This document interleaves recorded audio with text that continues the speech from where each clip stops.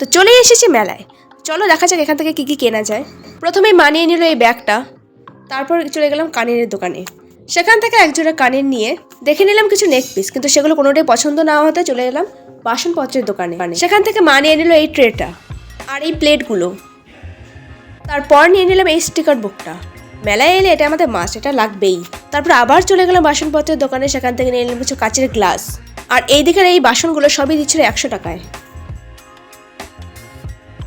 তারপর চলে এলাম জুতো দেখতে, কিন্তু আমার পাটা খুব বড় তো, ওর জন্য আমার পায়ের সাইজের কোনো জুতোই মিললো না।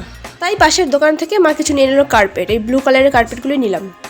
চলে এলাম ক্লাচারের সমুদ্রে, কিন্তু এখান থেকে মাত্র 2টো ক্লাচারই নিতে পেরেছি। দেন মা নিয়ে নিল এই ম্যাটটা, যেটার দাম বলেছিল 500, কিন্তু মা কমিয়ে কমিয়ে ওটাকে 300 নিয়ে এসছে। আর এই কুকুরগুলো আমার কি ভালো লাগে, কিন্তু মা যখন বলে ওগুলো তোর মতোই দেখতে, তখন আর এগোলাম না ওইদিকে। আর আমি অ্যাকচুয়ালি যে কারণে মেলায় যাই সেটা হলো এই ভেলপুরি। তো ভেলপুরি খেয়ে বাড়ির জন্য প্যাক করে নিয়ে চলে এলাম বাড়ি।